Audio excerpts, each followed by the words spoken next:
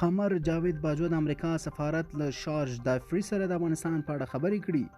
د افغانستان او پاکستان ترمنځ خرابې اړیکې د پاکستان پوځ د عامه اړیکو تازه او مهم بیان دوستانو په دې هیله چې روغ جوړ وي. ویډیو را سره تر پایه وګورئ. زموږ چینل سبسکرایب کړئ. قمر جاوید باجوه د امریکا سفارت له شارج دافري سره د افغانستان په اړه خبرې کړي. د راپورونو له مخې د پاکستان د پوځ لوی درستیز په اسلام آباد کې د امریکا د سفارت له شارج دافري سره په کتنه کې د افغانستان پر مسایلو خبرې اترې کړي. د پاکستان د پوځ د عامه اړیکو څانګې په یو بیان کې ویلي چې جنرال قمر باجوه پرون د مرغمي په 23مه له انجلا ګرل سره د کتنې په مهال د افغانستان په ګډون د سیمې پر امنیت او نور مسایلو بحث کړی. بیان زیاتوي چې د پاکستان لوی درستیز او د امریکا د سفارت شارج دافري په افغانستان کې د روان بشري حالت په اړه خبرې کړي. لویدیځ هیوادونو له افغانستان سره د بشري مرستو لړۍ جاري ساتلې، که څه هم د پاکستان په ګډون نړۍ هیڅ هیواد تر اوسه د طالبانو حکومت په رسمیت نه دی پیژندلی.